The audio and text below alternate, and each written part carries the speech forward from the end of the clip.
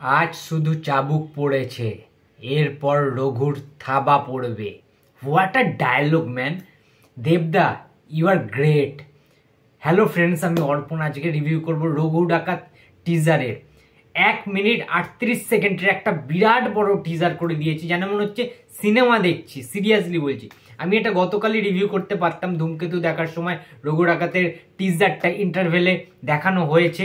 দারুণ ক্রেজ ছিল, দারুণ ক্রাউড ছিল, বাট সেই টাইমে কিছু ডায়লগ শুনতে পারিনি।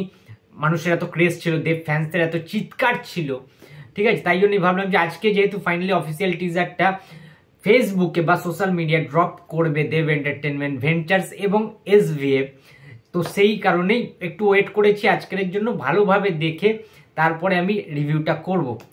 দেব was outstanding in this teaser, এটা বলতেই হবে। গোটা টিজার জুড়ে দেবকে বেশ ভালো রকম স্পেস দিয়েছে, বেশ ভালো করে দেখানো হয়েছে। কিন্তু ভাই, অহিন্দ্র বর্মনের যে চরিত্রটা যেটা প্লে করেছেন আমাদের Anirban Bhattacharya, too good villain of Raghu Dakat. এবং দুর্লভ রায়ের চরিত্রটা করেছেন ওম, হারিয়ে যাওয়া ওমকে আমরা দেখতে পেয়েছিলাম রুক্মিণী মিত্রের সাথে, তোমাদের মনে আছে বিনোদিনীতে। তার পারফরমেন্স লেভেল, তাকে ইউজ করা হয়েছে এখানে, তাকে দেখতে পাবো আমরা অ্যাজ আ দুর্লভ রায়।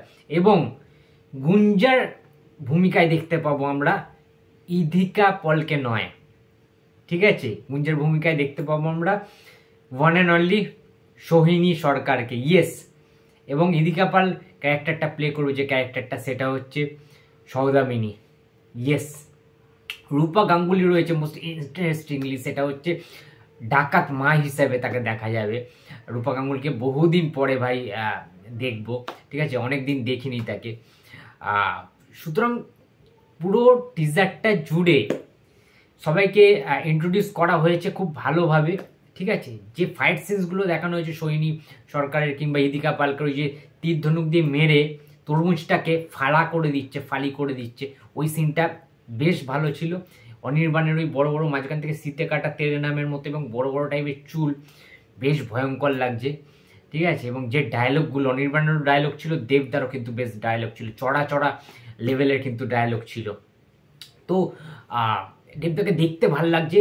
ওয়েট প্রচণ্ড বেশি বাড়িয়েছে রঘু ডাকাতের জন্য। দাড়ি গোপ, মেকআপ টেকআপ থেকে শুরু করে যে শর্ট নেওয়া হয়েছে ক্যামেরার পোর্শনগুলো গোটা ট্রেলার জুড়ে, আগুন টাগুন ধরে যাচ্ছে, প্রচণ্ড অ্যাকশান রয়েছে। একটা সিন রয়েছে দেবদা উপর থেকে উঠে ঝাঁপ দিচ্ছে, মানে ওটা যেন লার্জার দ্যান লাইফ হয়ে গেছে, বিশাল। এটা কিন্তু ফুল কমার্শিয়াল এতে বানানো হয়েছে, এটা কিন্তু মানতে হবে। ধ্রুব ব্যানার্জির ছবি বলে ভাই মনে হচ্ছে না এটা, প্রথম কথা, ঠিক আছে। প্রচণ্ড মানে একটা ভালো হয়েছে টিজারটা, মানে এটা ট্রেলারও বলা যেতে পারে, ট্রেলারটার মতোই বেশ বড়।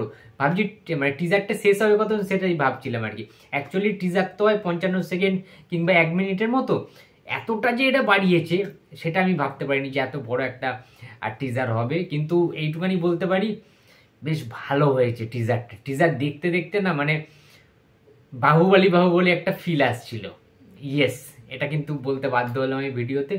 রঘু ডাকাত উইল বিগেস্ট কিছু একটা হতে চলেছে, কিন্তু এটা আমার মন বলছে। দেবদা কিন্তু ভাই ফাটিয়ে দিয়েছে রঘু ডাকাতে, জাস্ট যে পোর্শনগুলো দেখলাম আমরা। এবং ওই যে কাতানটা মা কালীর এতে, যে মা কালীর ছেলে সে এরকম একটা সংলাপ দিচ্ছে, এবং যখন এটা জ্বালিয়ে দিচ্ছে ওই ইয়েটা, কাতানটা সিংহের মতো একটা গর্জন করে, এরকম মুখটা হাঁ করে রয়েছে, ওই সিনটা কিন্তু দারুণ লাগছে। প্রত্যেকটা জিনিস টিজার ফ্যান্টাস্টিক হয়েছে, আগুন হয়েছে টিজারটা জাস্ট। রঘু ডাকাত আমার মনে হচ্ছে দামামা বেজে গেল, রঘু ডাকাত কিছু একটা ইতিহাস তৈরি করবে ভাই, এটা আমার মন বলছে। তো বন্ধুরা, ভিডিওটাকে আর লম্বা করছি না, ভিডিওটা আমার দারুণ লেগেছে, মানে টিজারটা। তোমাদের কেমন লেগেছে অবশ্যই কমেন্ট বক্সে জানিয়ে দিও।